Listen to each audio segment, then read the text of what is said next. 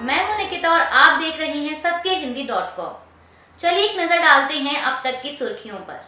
WFI अध्यक्ष और BJP सांसद बृजभूषण सिंह के खिलाफ पहलवानों का प्रदर्शन जारी है।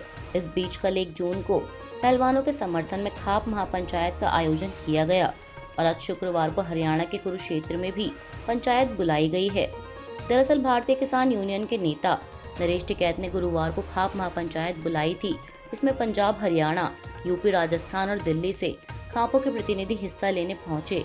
इस महापंचायत में फैसला लिया गया कि खापों के प्रतिनिधि जल्द ही देश की राष्ट्रपति द्रौपदी मुर्मू से मुलाकात करेंगे। वहीं नरेश टिकैत ने कहा कि आज सोरम सर्वखाप पंचायत का फैसला सुरक्षित रखा गया है और कल शुक्रवार 2 जून को हरियाणा के कुरुक्षेत्र में खाप पंचायत की बैठक होगी, जिसमें आज का फैसला रखा जाएगा।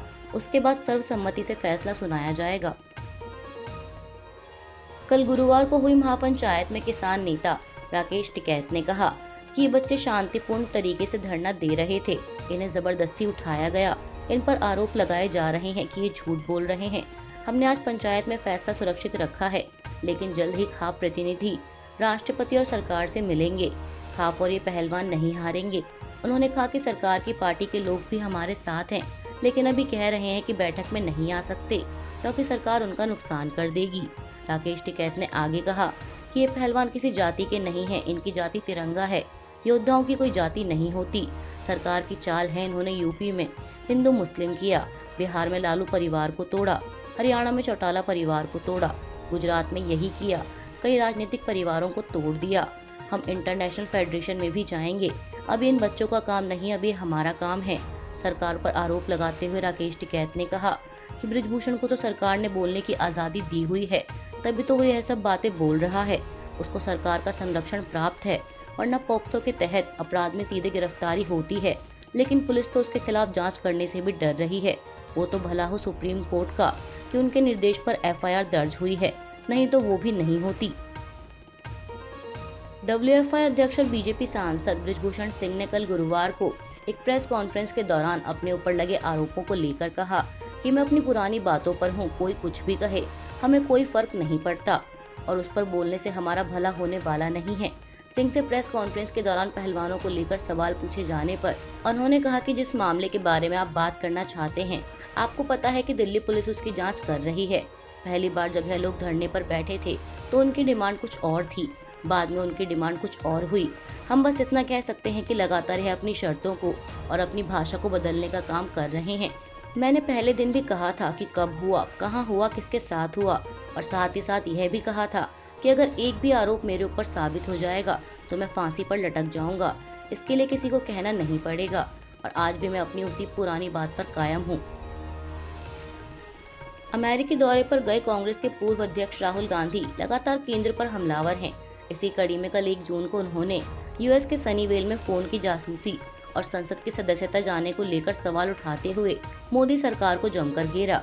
राहुल ने कहा कि एक समय था जब उन्हें पता था कि उनका फोन टैप किया जा रहा है और उन्होंने अपने आईफोन पर मजाक में कहा कि हेलो मिस्टर मोदी।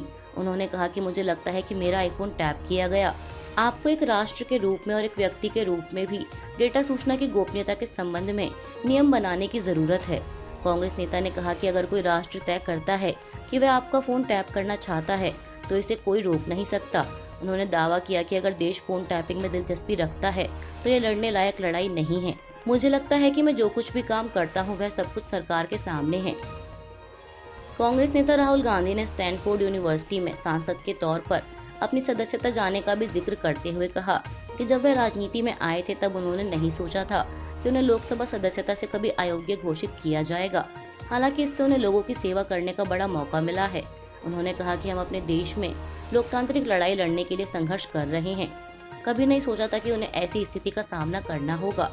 गौरतलब है कि गुजरात की एक सूरत की अदालत ने 2019 में मोदी सरनेम पर की गई टिप्पणी के मामले में राहुल गांधी को आपराधिक मानहानि का दोषी ठहराते हुए 2 साल की सजा सुनाई थी, जिसके बाद उन्हें लोकसभा की सदस्यता से अयोग्य घोषित कर दिया गया था।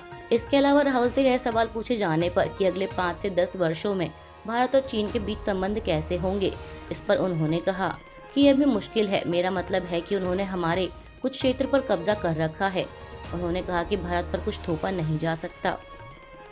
यूएस में राहुल गांधी द्वारा दिए गए बयानों पर केंद्रीय मंत्री और बीजेपी नेता अनुराग ठाकुर ने पलटवार करते हुए कहा कि कांग्रेस प्रधानमंत्री नरेंद्र मोदी की लोकप्रियता हजम नहीं कर पा रही। इसके साथ ही उन्होंने आरोप लगाया कि कांग्रेस नेता राहुल गांधी अपने विदेश दौरे पर न केवल पीएम मोदी बल्कि पूरे देश का अपमान कर रहे हैं। राहुल के चीन वाले बयान पर अनुराग ठाकुर ने हमला करते हुए कहा कि जब चीन हमारी सीमाओं में घुसपैठ करने की कोशिश कर रहा था तब वो चीनी अधिकारियों के साथ गुप्त बैठकें कर रहे थे।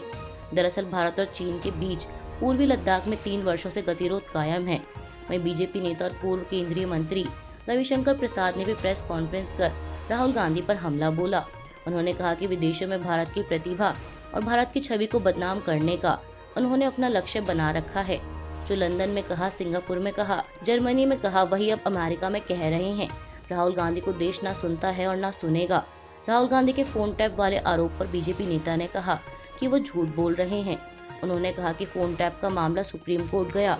कोर्ट ने भी कहा कि अगर किसी को लगता है कि उनका फोन टैप हुआ है तो वे एक्सपर्ट कमेटी के पास इसे जमा करें, लेकिन राहुल गांधी ने ऐसा नहीं किया। केंद्र द्वारा लाए गए अध्यादेश के खिलाफ दिल्ली के मुख्यमंत्री अरविंद केजरीवाल लगातार विपक्ष के नेताओं से मुलाकात कर समर्थन जुटाने में लगे हैं। इसी कड़ी में कल गुरुवार को उन्होंने डीएमके प्रमुख और तमिलनाडु के मुख्यमंत्री एमके स्टालिन से मुलाकात की। इस बैठक के बाद अरविंद केजरीवाल ने कहा कि मैं सीएम स्टालिन का इतने गर्मजोशी से स्वागत के लिए धन्यवाद देता हूं। इस अलोकतांत्रिक अध्यादेश के खिलाफ हमारा समर्थन करने के लिए एमके स्टालिन जी का धन्यवाद करता हूं। इसी के साथ दिल्ली सीएम ने एक बार फिर अध्यादेश के खिलाफ समर्थन को लेकर कांग्रेस को तीसरा मैसेज भेजा। उन्होंने कहा कि मैंने मल्लिकार्जुन खड़गे और राहुल गांधी से भी मिलने का समय मांगा है, लेकिन अभी उनकी तरफ से कोई जवाब नहीं आया। पर हमें उम्मीद है कि कांग्रेस भी इस अलोकतांत्रिक अध्यादेश के खिलाफ हमारा समर्थन करेगी। महाराष्ट्र में जारी राजनीतिक हलचल के बीच एनसीपी प्रमुख शरद पवार ने कल गुरुवार को मुख्यमंत्री एकनाथ शिंदे से मुलाकात की।